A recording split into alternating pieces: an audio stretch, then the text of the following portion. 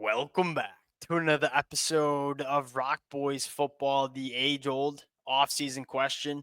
How high is this Michigan football team ceiling going to be in 2025? Many of y'all know I'm a Michigan fan, and so this is how I spend most of my days and most of my offseason just thinking about best case scenarios for this Michigan football team in 2025. Now, I think what makes this conversation a lot more fun to have for Michigan fans than it was going into 2024 is look, even the most optimistic Michigan fan, you kind of realized early in 2024 that Michigan's ceiling as a football team was capped pretty good in terms of what the quarterback play was in the 2024 year. Going into 2025, we don't really know what the ceiling looks like. I mean, we have what I think is one of the more talented high school quarterbacks we've seen come out of high school in really the last 10 years coming into this Michigan program. The fun part about this is the sky's the limit for this Michigan team going into 2025. And at the very least, this team can be a very dangerous college football playoff team in the 2025 year, even with not knowing what the quarterback play is exactly going to look like. Because you look at this Michigan defense and what we saw from it at the end of 2024. I mean, even without Mason Graham, even without Kenneth Grant or Will Johnson in that bowl game against Alabama, playing an Alabama offense that had a lot of their big guns playing, you held them to 13 points.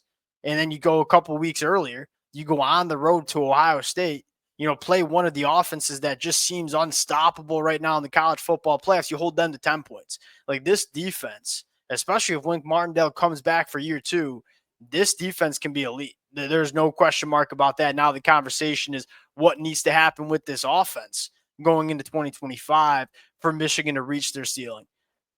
I got 6 talking points, 3 on offense, 3 on defense in terms of what needs to happen for Michigan to reach their ceiling in 2025, which I personally believe to be an extremely dangerous college football playoff team that I don't know if I'm ready to say national championship just yet, but this team can be just about as dangerous as any team in the country going into 2025. But what needs to happen? That's what I want to get into.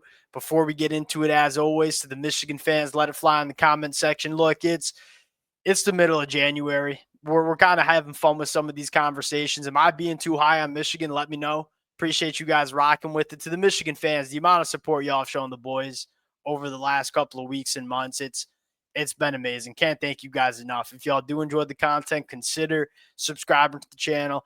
Let it fly down in the comment section in terms of the ceiling of this Michigan football team. Without further ado, number one thing that needs to happen, and this I think is pretty dang obvious, Bryce Underwood, Chip Lindsey, year one success.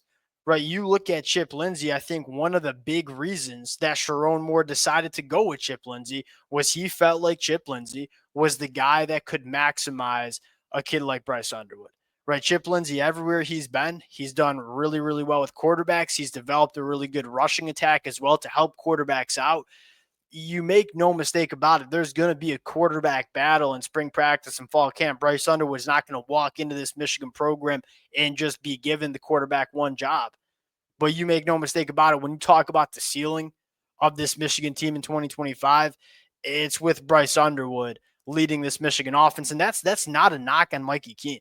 Michigan brings Mikey Keene in to compete with Bryce Underwood and kind of just elevate everybody's play in that quarterback room. But if Michigan reaches their ceiling in 2025, it's with Bryce Underwood at quarterback because he can do some things not only as a passer, but as an athlete. And people kind of forget how good of an athlete Bryce Underwood is that just not a lot of quarterbacks can do. I mean, there are so many different ways this Michigan offense can attack an opposing defense going into 2025 that you just didn't have that option in the 2024 year. I mean, if you had Alex Orji, maybe you had a good athlete at quarterback, but you didn't really have a consistent downfield passer. If you had Davis Warren, you had Davis Warren, short intermediate route tree, pretty dang accurate, was very limited as an athlete, was very limited pushing the ball down the field. Bryce Underwood kind of just mixes all that together. I mean, he gives you a really big arm that can attack down the field. He gives you a quarterback that you have to account for in terms of the athleticism that he brings. He's going to open this Michigan offense up. But what does he look like as a true freshman, and what can Chip Lindsey do to facilitate that success? That's probably where it starts. Number two, and this might be the second biggest storyline here, is this offensive line. It has to be great. I thought this Michigan offensive line early in 2024 had some growing pains. I think a lot of that had to do with continuity. Although some of the guys on the Michigan offensive line, like Greg Crippen or Giovanni Elhadi, although they were experienced in terms of being around this program, in terms of game day experience, it kind of lacked. And it was just 5 new faces on the offensive line. And you could tell that continuity wasn't like it was in 2023 when we had that whole offensive line that played together for pretty much 2 to 3 years. Going into the 2025 year, and to Michigan's credit, the offensive line slowly got better as a unit as 2024 went on. You're returning a lot of really talented football players going into 2025. It has to be great. It can't just be good. And one of the biggest storylines here is you got to give Bryce Underwood a quality run game. I went back and started charting some of the true freshman quarterbacks that we've seen play a lot of football over the last 2 decades. One, not that many of them.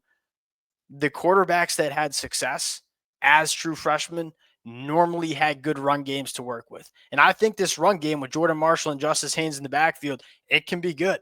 If this offensive line gets back to what we're used to seeing on the offensive line in terms of quality of play, one of the best things you can do for Bryce Underwood is give him a good run game to work with. Can Michigan's offensive line do that? That's probably the number 2 thing that needs to happen. Number 3, you got to have one of these pass catchers take that step and really be a pass catcher number 1. Because Michigan, when Colston Loveland was hurt, they just didn't have that guy. And you go into 2025, if you want to maximize Bryce Underwood, you got to have a pass catcher that, again, do we have a wide receiver or a pass catcher that's going to be a top 10 wide receiver in the country? No, probably not on our roster right now.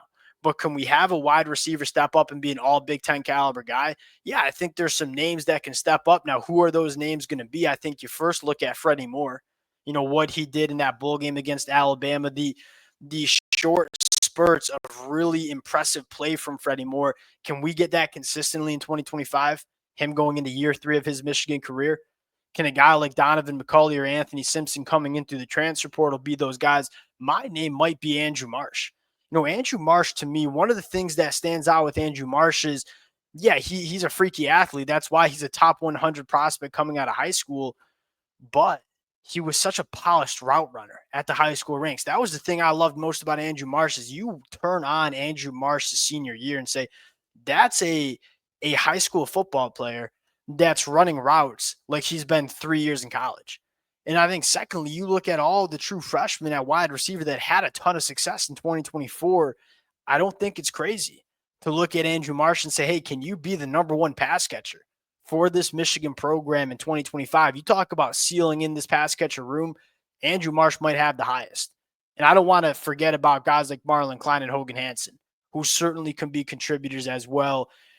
But you look at this Michigan offense, and if Michigan's going to reach their ceiling, you obviously need very good play from Bryce Underwood, but you also need this offensive line to give him a run game, and you need one of these pass catchers to really step up and be a difference maker that Michigan just didn't have in the 2024 year, excuse me. Going over to the defensive side of the football, I want to start, and one thing to monitor is, hey, Wink Martindale, is he back? One of the sneakiest storylines is this Michigan defense in the month of November clearly put it together. I think there were some growing pains early in terms of the new Wink Martin. And it wasn't a completely new system, but Wink Martindale with the pressure packages and simulated pressures, it was a little bit different in terms of how Jesse Minter ran it.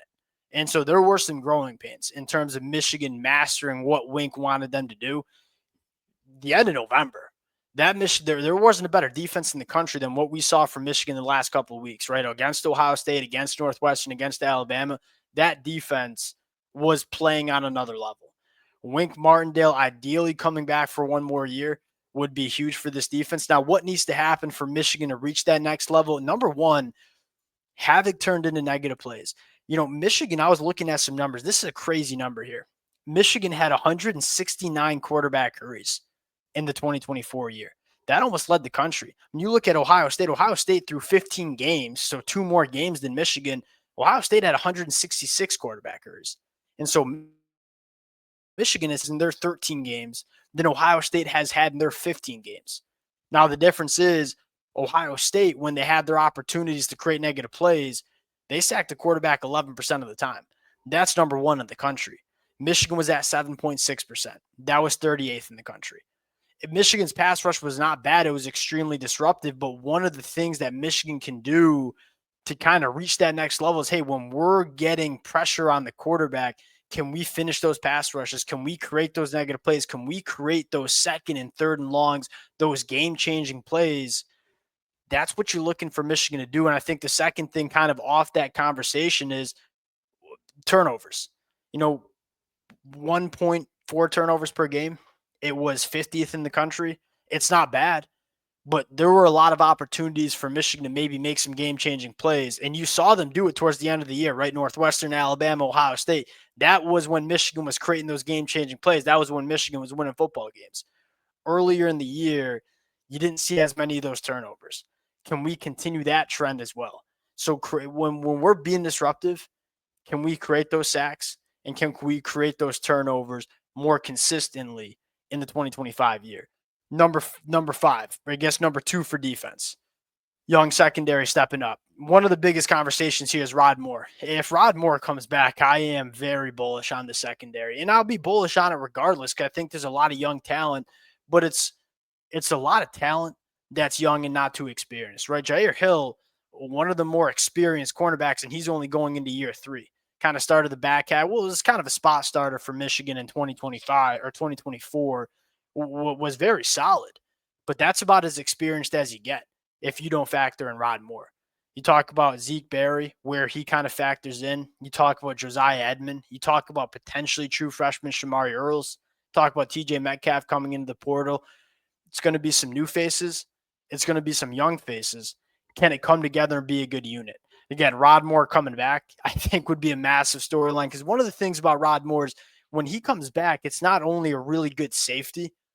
That's a coach on the football field. What makes Rod Moore such an elite safety is how smart he is as a football player. Having him in the back end to help this young secondary along, not only a really good safety, but I think it's going to make everybody around him a much better football player too. Number 6, who replaces the All-Americans, right? Mason Graham, Will Johnson, Kenneth Grant, guys who were some of the best football players in the country on the defense side of the football. I'll go to my grave saying Mason Graham was the best player on defense in the country in 2025 or 2024. Who can be those guys for Michigan in 2025? It's not easy to replace. I think there are a couple names that you're looking at. One, Jayshon Barham. Whether he plays an off-ball linebacker, whether he comes off the edge, there ain't many across the country that have the pure traits and athleticism that Jayshon Barham brings to the table. He was a very good football player for Michigan in 2024. I think a lot of Michigan fans who've watched him say there might be that next level for you to reach. And it's almost like, can you see that like Abdul Carter type player, right? You look at Abdul Carter, was a really good off-ball linebacker for his first couple seasons at Penn State. Going into the 2024 year, they said, hey, we're going to put you on the edge a little bit. We're going to let you come off the edge. And he was a game changer for Penn State. Could you maybe get that from Jayshon Barham? Could you get a guy like Derek Moore, who at times has played like an All-American? Can he play like an All-American for 12-plus games? What about a guy like Trey Pierce or Eno Etta, 2 guys that I think have some serious, especially Eno Etta, in terms of ceiling? Ain't many that have a ceiling like him. Who are going to step up and be the dominant football players for Michigan on the defensive side of the football? There's a couple of guys that certainly could. That's the fun part about this Michigan team. Look, there's some question marks that you have. You're going to have a redshirt freshman, Andrew Sprague, probably starting at tackle. You're going to have a true freshman, probably starting at quarterback. There are some question marks, but there are potential answers too. And the potential answers provide Michigan a very high ceiling in the 2025 year. And look, this Michigan team had a high ceiling last year, just kind of capped by the quarterback play. What can Bryce Underwood? That's by far the biggest storyline. Like, hey, what can Bryce Underwood bring to this team? And if you get good to elite quarterback play from a true freshman, this Michigan team is going to be dangerous in the 2025 year. Would love to hear from you guys in the comments section. I know, what are we, mid-January, January 20th?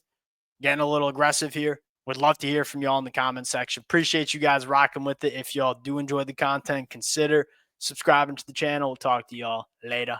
Peace.